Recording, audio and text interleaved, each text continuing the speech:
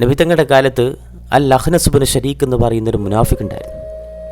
നബിതങ്ങളോട് വളരെ തേനൊലിപ്പിക്കുന്ന സംസാരമാണ് ഈ അഖ്നസിൻ്റെ പണി. നബിതങ്ങളോട് ഭയങ്കര തേനൊലിപ്പിച്ചുകൊണ്ട് സംസാരിക്കും.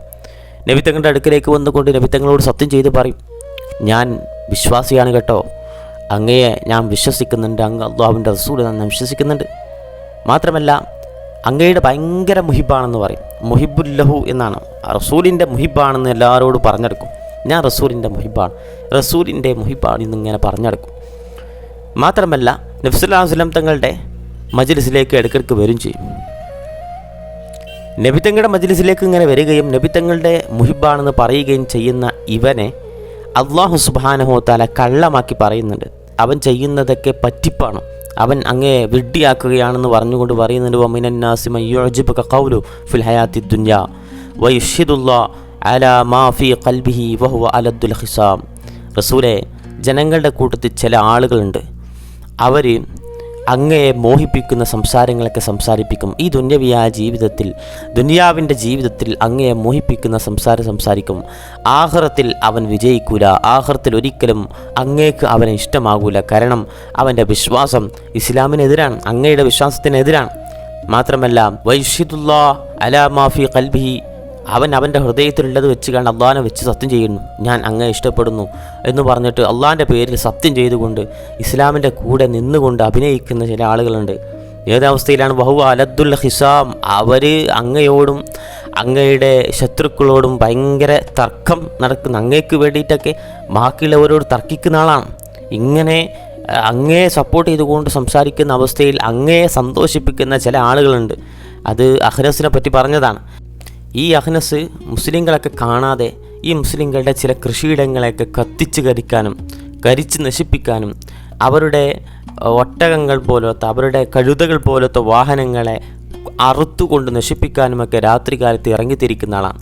അപ്പോൾ ഇങ്ങനെ മുസ്ലിങ്ങൾ അവരുടെ മുന്നിൽ വലിയ നല്ല പിള്ള ചമഞ്ഞുകൊണ്ട് റസൂലിൻ്റെ മുന്നിൽ വന്നുകൊണ്ട് റസൂലിൻ്റെ മുഹിബാണെന്ന് അഭിനയിക്കുന്ന ചില ആളുകളുണ്ടായിരുന്നു.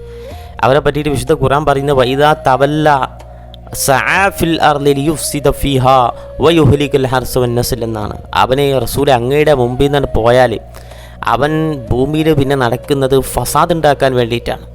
അവൻ മുഅ്മിനീങ്ങളുടെ കൃഷിയിടങ്ങളും മൃഗങ്ങളൊക്കെ നശിപ്പിച്ച് കളയും. ഇങ്ങനെ ഫസാദ് ഉണ്ടാക്കുന്ന ആളുകളുണ്ട് റസൂലെ. വല്ലാഹു ലാ യുഹിബ്ബുൽ ഫസാദ്, അള്ളാഹ്ക്ക് ഒരിക്കലും ഫസാദ് ഉണ്ടാക്കുന്നവരോട് തൃപ്തിയില്ല, അള്ളാഹ് അവരെ ഒരിക്കലും തൃപ്തിപ്പെടുന്നില്ല എന്ന് വിശുദ്ധമായ ഖുർആനിൽ അള്ളാഹ് പറയാണ്. ഇന്ന് ഇവനോട് അള്ളാഹിനോട് സൂക്ഷിക്കാൻ പറഞ്ഞാൽ ഇവനോട് അള്ളാഹിനെ ഭയങ്കര സൂക്ഷിക്കണം. അള്ളാഹു ശിക്ഷയൊക്കെ നൽകുന്നവനാണ്, അള്ളാഹു റഹ്മാനൊക്കെ തന്നെയാണ്. പക്ഷേ നിൻ്റെ ഈ ക്രൂരതയ്ക്ക് അള്ളാഹു കൂട്ടുനിൽക്കൂല എന്നൊക്കെ പറഞ്ഞുകൊണ്ട് ഉപദേശം കൊടുത്താൽ അവൻ ആ സമയം ഇത്തഖില്ല എന്ന് പറഞ്ഞാൽ അവൻ മുഅ്മിനീങ്ങളോട് ദേഷ്യം വെച്ചുകൊണ്ട് പക വെച്ചുകൊണ്ട് അതിന് പ്രതികാരം വീട്ടും. എന്നാൽ ഫസ്ബിഹി ജഹന്നം വലബിഇസൽ മിഹാദ് എന്ന് വിശുദ്ധമായ ഖുർആൻ പറയണം. അവനക്ക് നരകം തന്നെ മതി, അവനക്ക് വിരിപ്പായിട്ട് നരകം തന്നെ വളരെ മോശമായിട്ടുണ്ട് എന്ന് പറയുന്നുണ്ട്.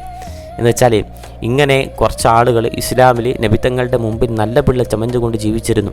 നബിതങ്ങൾക്ക് അറിയാഞ്ഞിട്ടൊന്നുമല്ല, നബിതങ്ങൾക്കുള്ള വഹി കൊടുക്കുന്നുണ്ട്. പക്ഷേ അത് വിശുദ്ധ ഖുർആനിലെ ഇത്തരത്തിലുള്ള ആയത്തുകൾ കൊണ്ട് റസൂലിനെ സൂചിപ്പിക്കുന്നുണ്ട്.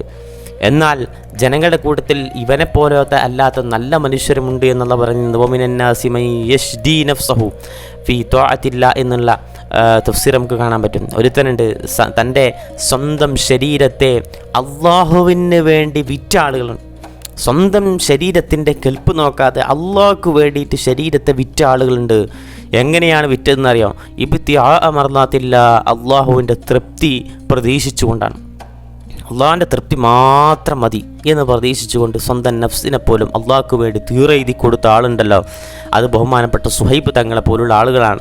സുഹൈബ് തങ്ങൾ അദ്ദേഹത്തെ മുശ്രിക്കുകളെല്ലാവരും പ്രയാസപ്പെടുത്തി. അങ്ങനെ അദ്ദേഹം തൻ്റെ സമ്പത്ത് മുഴുവനും മദീനയിലേക്ക് പോകുന്ന സമയത്ത് തൻ്റെ സമ്പത്ത് മുഴുവനും മക്കയിൽ ഒഴിവാക്കിക്കൊണ്ടാണ് പോയത്. ഇങ്ങനെ റബ്ബിന് വേണ്ടിയിട്ട് എല്ലാം വിറ്റ് തോലച്ച ആളുകളുണ്ട്. ഇവരെ പറ്റിയിട്ട് അള്ളാഹു പറയുന്നത് ഇങ്ങനെയാണ്, വല്ലാഹു റഊഫും ബിൽ ഇബാദ്.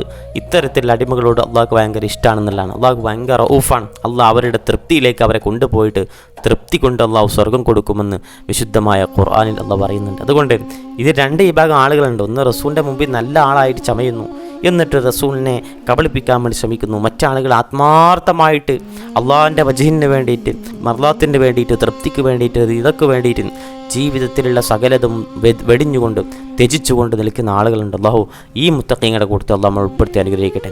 ഇങ്ങനെ പറയുന്ന ധാരാളം ആളുകളെ റസൂലുള്ളാഹി സ്വല്ലല്ലാഹു അലൈഹി വസല്ലം തൻ്റെ ജീവിതത്തിൽ കണ്ടിട്ടുണ്ട്. അങ്ങനെ നബിത്തങ്ങളെ കബളിപ്പിക്കാൻ വേണ്ടിയിട്ട് കുറേ ആളുകളുണ്ടായിരുന്നു. അവരെയൊക്കെ വിശുദ്ധമായ ഖുർആൻ താറടിച്ചിട്ടുണ്ട്. അതുകൊണ്ട് നമ്മുടെ ജീവിതത്തിൽ ഇരുമുഖക്കാരായി മാറരുത്. നമുക്ക് ഒരേ ഒരു മുഖം പാടുള്ളൂ. അത് മാന്യതയുടെ മുഖമായിരിക്കണം. അത് മാന്യത നിറഞ്ഞിട്ടുള്ള മുഖമായിരിക്കണം. ബാക്കിയുള്ളവരുടെ മുമ്പിൽ അഭിനയിക്കുന്നൊരു മുഖമായിട്ട് നമ്മൾ മാറാൻ പാടില്ല.